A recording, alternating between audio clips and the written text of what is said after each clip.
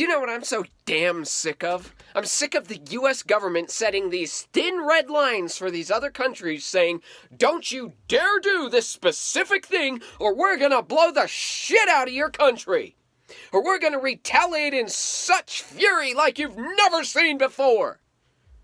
Obama did it back in the day to Syria with al-Assad. He said, don't you dare do something like, launch chemical weapons on your own people or we're gonna blow the shit out of you. And then supposedly right after that, Assad launches chemical weapons, giving the U.S. a fake excuse to go attack Syria. So, the U.S. says, don't you dare do this very specific thing. And then right after the U.S. government says that, it keeps happening that these countries, as if they're just brain dead, mindless, and suicidal, they do the exact same thing. The exact same thing the U.S. government just said. Don't do this or we're going to blow the shit out of you. Are you serious? When are people going to stop believing this absolute, laughable, in the most painful way, bullshit? That's what it is. It's bullshit. Now, let me take a second to talk to military. Military, you are the biggest pieces of shit in the entire world if you follow orders. What? That's what we're supposed to do in the military.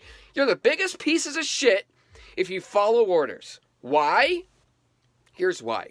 Because the orders that you are given, no matter what, feed into taking out country after country after country, bringing world destruction and eventually central world government. You know what you need to do? What I've been telling you to do for years. Get the fuck out of the military. Without you, I'm talking to you, military, without you, the bankers, the politicians, the rotting old men behind the scenes wearing suits and ties, telling you what to do, not giving you a shit about your life or the people's lives that you're taking, without you, they would have zero power. Zero.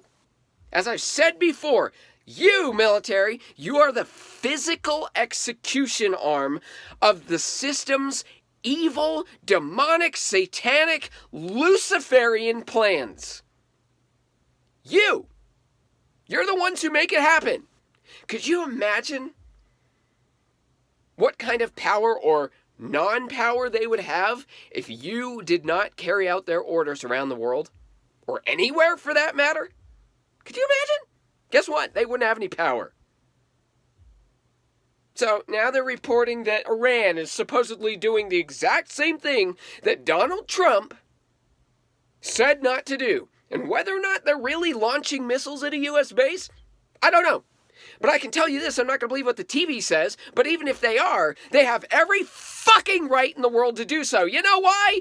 Because the U.S. has picked a fight with them. And they're doing the same thing that the U.S., the Jesuits, the Luciferians, the Satanists, the Jews over there in fake Israel always do. They sit there and they pick fights with people. They sit there and poke them. They blow things up. They murder people. And then when those countries retaliate, the U.S./Israel say, look, they've done us a huge injustice. They've launched an attack against us. Well, tell me something. If someone walked up to you in the street and punched you in the fucking face and you punched back, would it be right for you to be accused of assault on that other person? No! You're acting in self-defense. You're acting in self-defense. Do I need to say it again? You are acting in self-defense. Just like these other countries would if they actually launched something in the opposite direction. You see it all the time with fake Israel.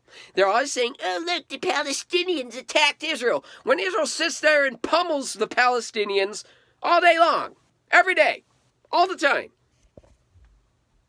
So you tell me, if the U.S. preemptively, as they even admitted from their own mouth, murdered one of their top generals Not that I give a fuck about anyone's military, but nevertheless, they picked a fight. They murder one of their top generals, and the U.S. says, "This was not a retaliation, this was a preemptive strike against someone who would have been an organizer of plans to come." You know what they're doing here too? They are preconditioning you to believe that the government has the right to murder someone. Simply because the U.S. government says they may have, might have, maybe have done this. But did that guy do anything? Did he launch an attack against the U.S., the precious U.S., who seems to be the only fucking country in the world that matters? No! No, he didn't. But the U.S. puts up a tweet, and Donald Trump's account retweets it, saying, "We murdered him." Well, they didn't say murder. "We took him out, we killed him, we neutralized him," this soft language, because he could have done something. Do you realize how dangerous that is for anyone to say that someone has the right to take someone's life because they may have, might have, maybe have done something? It's fucking insane. So, back to you, military. You guys pull triggers and you push buttons and you constantly destroy people's lives. And they're about to ask you to do the same thing, guaranteed, with Iran. Unless they realize there's so much backlash, they got to pull back on the propaganda again. But I don't know if that's going to happen this time. They're going to tell you to drop bombs, send missiles, pull triggers, whatever. And you know what? You guys are going to do it because you pieces of shit. Let me say that again. You're pieces of shit. You are excrement. You are the lowest of the low in this world. You guys call yourselves heroes because you wear uniforms and you think somehow that justifies you stealing people's lives, destroying economies, destroying entire countries. Fuck you. And you know what? Here's the other thing, and this should make you tremble in your pathetic leather boots. Your pathetic combat boots. You are going to stand before your Creator one day, and you're going to answer for the act of murder.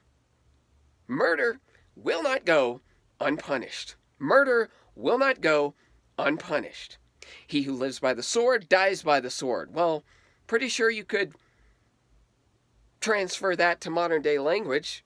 Are you ready to lose your life in these bullshit wars for no reason? Fighting for a bunch of rotting bankers? A bunch of rotting Luciferians sitting behind the scenes just wallowing in their evil and their darkness and their scum?